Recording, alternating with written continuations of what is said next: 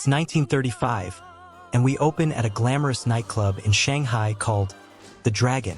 Rows of beautiful women descend the staircase, singing a haunting melody.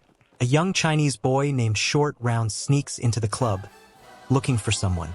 On stage, a sultry singer named Willie Scott is performing. Short Round spots a table of somber Chinese men and observes them before leaving. As he exits, he bumbles into a man dressed in a tuxedo but wearing muddy boots. This man is revealed to be none other than Indiana Jones, the famous archaeologist. Indy approaches the table of Chinese men, including the notorious crime lord Lao Che. Lao questions Indy about finding an artifact called Nurachi.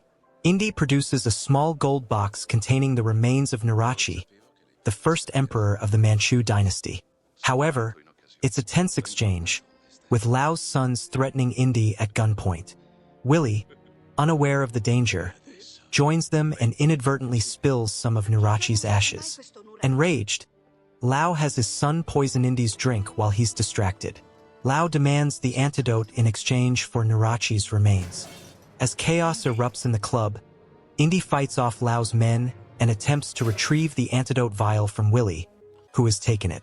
In a thrilling sequence, Indy, Willie, escape the nightclub by crashing through a window and sliding down awnings, finally landing in a parked Duesenberg car.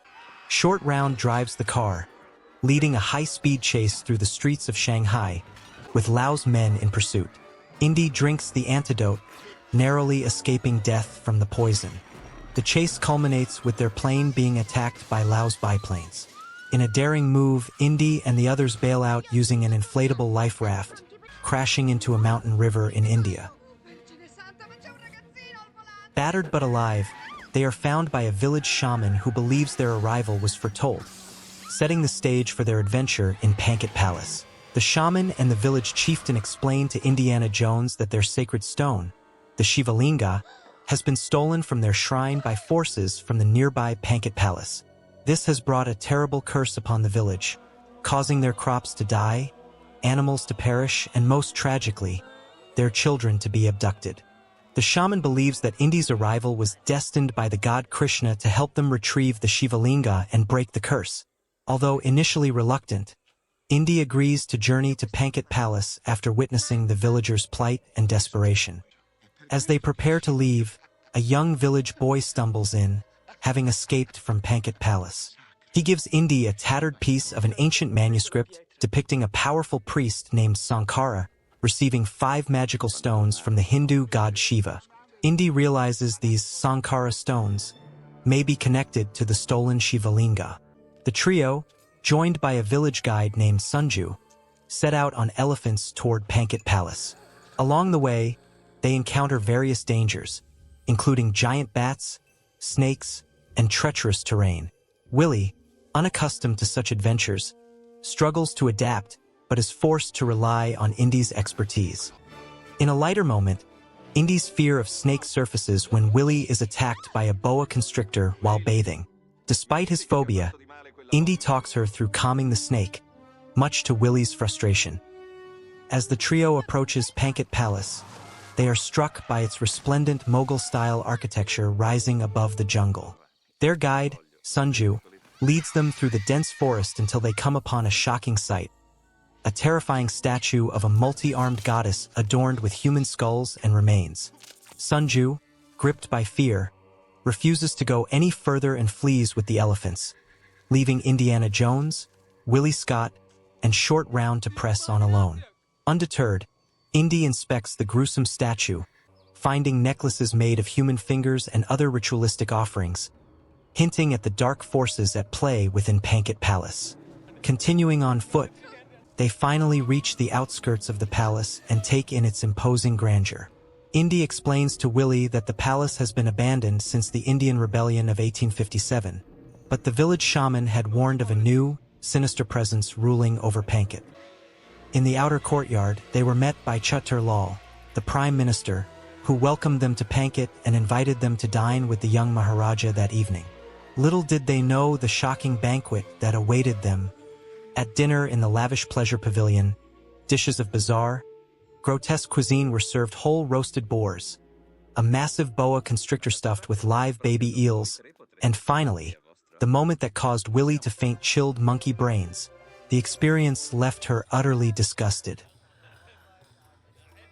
As Willie recovered in her room, Indiana couldn't resist questioning Chuttur Lal about the potential existence of the long-dead Thuggee cult of ritual sacrificers. The Prime Minister dismissively claimed they were just stories now. Later that night in his palace suite, Indiana was ambushed by a Thuggee assassin. A vicious fight ensued, ending when Indiana trapped and killed the assassin using nothing but his trusty whip and the overhead ceiling fan. Then Willie entered, screaming after a massive insect began crawling on her in bed. After toying with her pleas for help, Indiana flicked the creature away. But their exploration of a secret passage behind the wall set them on a new path, one leading directly into the immortal heart of the Thuggee's unholy practices. Emerging into an unimaginable sight, the ceremonial chamber of the Thuggee cult. From their vantage point high above, they watched in horror as a ritual human sacrifice took place. The high priest Mola Ram presided over the grotesque ceremony, ripping out the still-beating heart of a bound victim. As chants of Jai Ma Kali rang out, the doomed man was lowered writhing towards a fiery pit of molten lava. His tears turned to screams as his body burst into flames before their eyes. Mola Ram then summoned the 3 remaining legendary Shankara stones, long thought lost. As smoke billowed around the stones, they began glowing an ethereal light, revealing the massive diamonds encased inside. Mola Ram admitted they still searched for the final 2 stones which would make the Thuggees all-powerful once reunited. While Willie and Short Round stayed behind, the intrepid Indiana descended on a daring mission to steal the glowing stones. He skillfully climbed down to the inner sanctum, deftly pocketing the 3 stones near the feet of the terrifying goddess Kali's statue. But Indy pushed his luck too far. Lured by strange voices, he discovered a horror even darker than the sacrificial ritual. A hellish underground mine where Thuggee child slaves worked themselves to the grave digging for gems to fuel the cult's evil practices. When Indy revealed himself to free a brutalized youth, he was captured by the guards. Indiana awoke in chains, face to face with the demonic Mola Ram in his sanctum. The high priest vowed to conquer once the Thuggees had all 5 Shankara stones, using their power to subjugate first India, then the entire world under the worship of Kali. But Indiana refused to submit, even after being viciously whipped by the Maharaja himself, now also indoctrinated into the cult's nightmarish practices. As punishment, Mola Ram forced Indiana to drink the blood of the Kali Ma from a human skull, which would ensnare his mind and soul forever. As Indiana was forced to drink the cursed blood of Kali Ma from a human skull, Mola Ram gloated that soon the evil goddess would rule the world. The blood flowed agonizingly down Indiana's throat, and the very earth trembled as the cult's vile curse took hold. A fissure cracked open, oozing crimson lava that snaked across the floor in an ominous harbinger. But Indiana's ordeal was just beginning.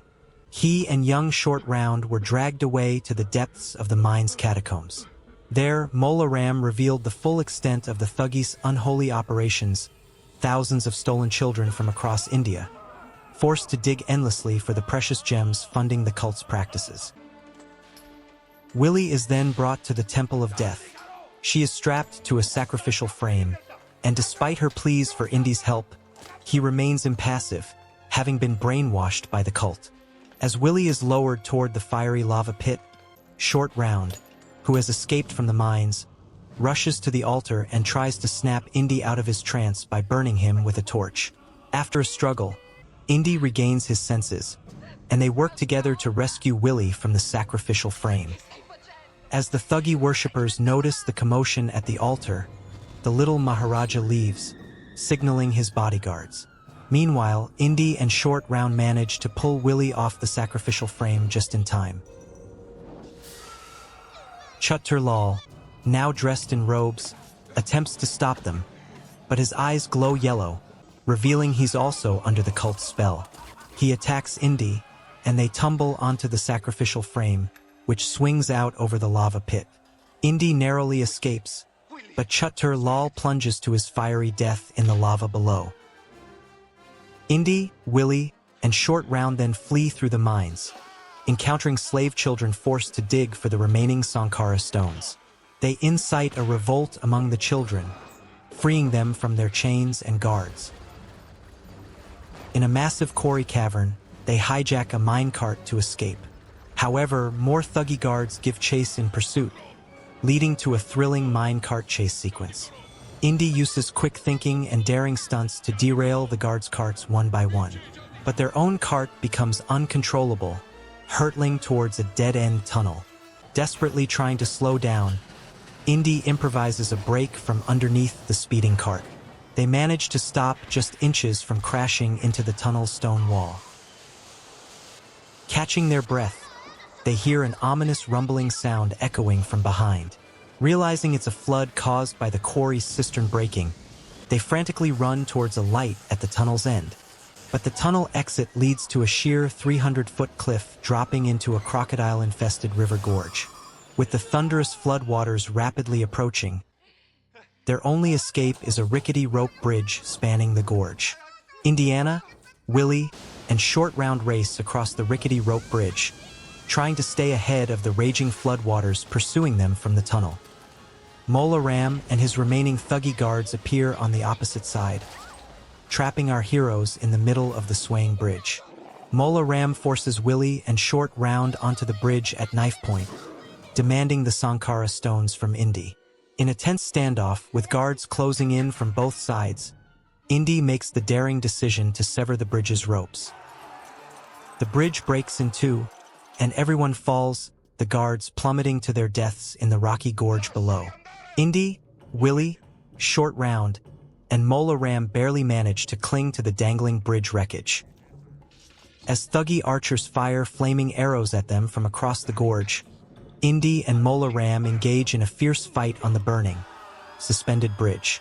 Mola Ram's dark powers allow his hand to start entering Indy's chest, but Short Round's intervention breaks the trance. In the struggle, Mola Ram obtains the bag of Sankara stones but loses his balance. As he falls, clutching the burning stones, Indy manages to catch one last stone before Mola Ram plunges to his death in the river below, devoured by crocodiles. The British cavalry arrives and routs the remaining Thuggee guards. In the end, Indiana, Willie, and Short Round depart with the village children, returning them safely home.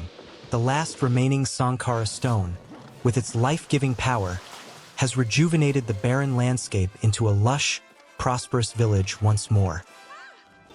As they prepare to continue their journey to Delhi, Willie considers parting ways with Indy after all the perils they've faced. But Indy playfully ensnares her with his whip and pulls her in for an embrace, leaving the possibilities open for more adventures together.